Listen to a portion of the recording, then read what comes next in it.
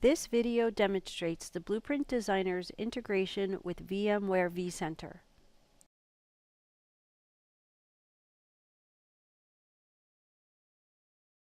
You can create a cloud project by connecting with your VMware VCenter hostname, password, and port.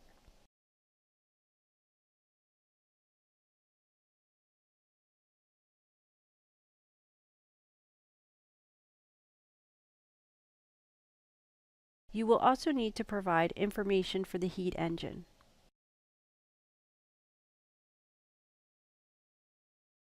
You use the Blueprint Designer to build a cloud infrastructure blueprint, or heat stack, that consists of the resources provided by the cloud connection.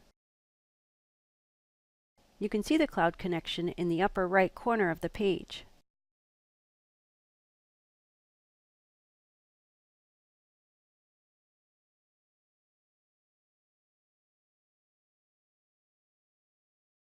The resource drawers on the right of the designer contain resources such as virtual images and networks that are available from your VMware vCenter connection, as well as components that come from the UrbanCode deploy integration.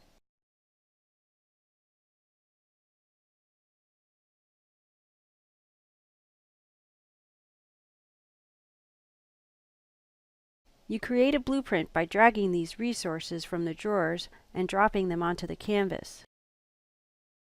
In this example, the blueprint divides the functional areas of the web UI and the database for a banking application into two servers. This allows for flexibility in assigning appropriate security controls to each server. You create a connection between networks and images by dragging a connector from one resource to the other.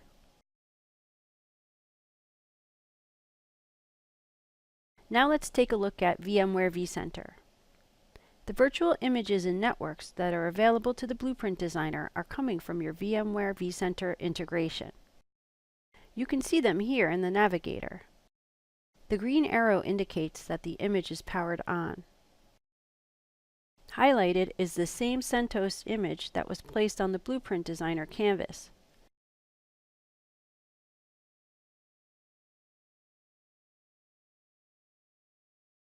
The Networking tab shows the network that was used in the Blueprint Designer, which is a standard switch network.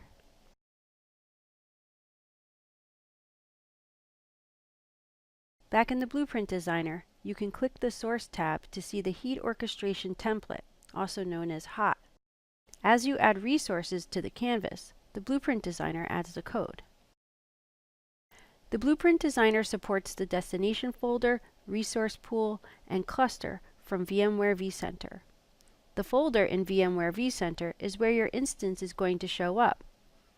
The resource pool or cluster dictates where your CPU resources are stored. In the Components drawer, you can see the components from the UrbanCode deploy integration.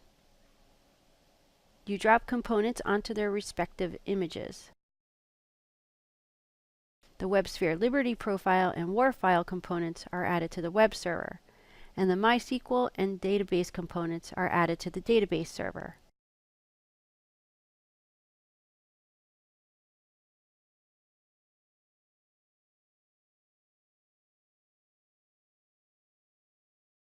You can give the image instances descriptive names to tell them apart.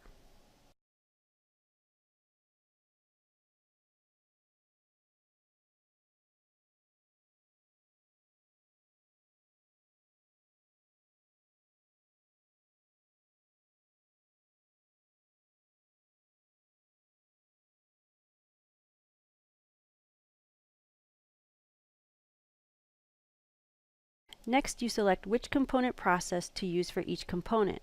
Those components with only one component process available are selected by default.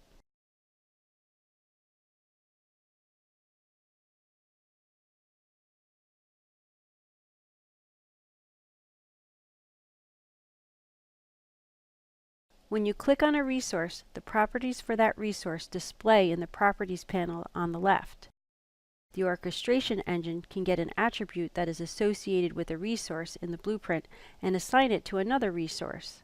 In this example, you will not know the IP address of the database server until the blueprint is provisioned. You can instruct the orchestration engine to assign the IP address of the database server to the property JKE DB host in the environment input section. This way, the database and web servers can communicate. In the source, you can see how the JKE DB host property uses the environment variable to get the IP address from the database. When you deploy components, you often need to account for their dependencies. Setting the deployment sequence lets you control the order in which components are deployed. Here, you can see that the component processes for the WebSphere Liberty profile and the MySQL Server component run first.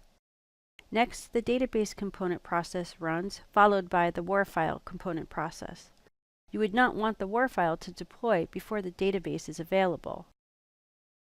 Now you can use the blueprint to provision the new environment. When you provision an environment, you have the option of using a previously created configuration file. A configuration file contains the initial values for the input properties for the blueprint. In this case, we will create a new one. A warning icon identifies any configuration properties that are required.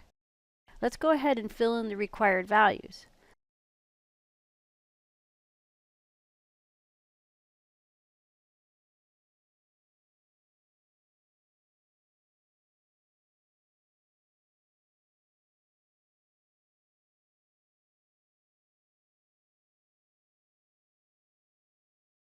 You can save the configuration file for future use by selecting the checkbox. Then you click Provision. You can view the deployment requests from the Environments page, where you can see the status of the resource creation.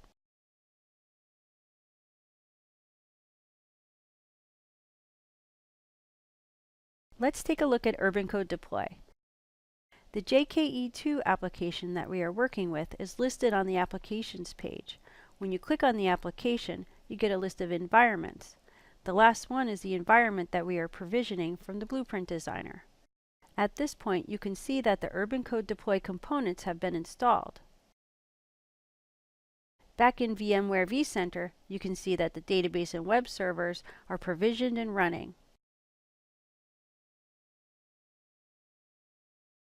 Notice the IP address that is assigned to the web server. You can use this address plus the Blueprint Designer's port to connect to the web UI.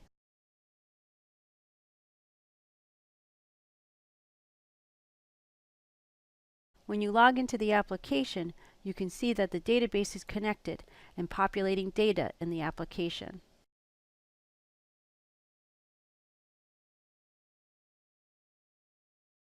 That concludes the demonstration of the Blueprint Designer's integration with VMware VCenter. For more information or to post a question, connect with us on the UrbanCode forum.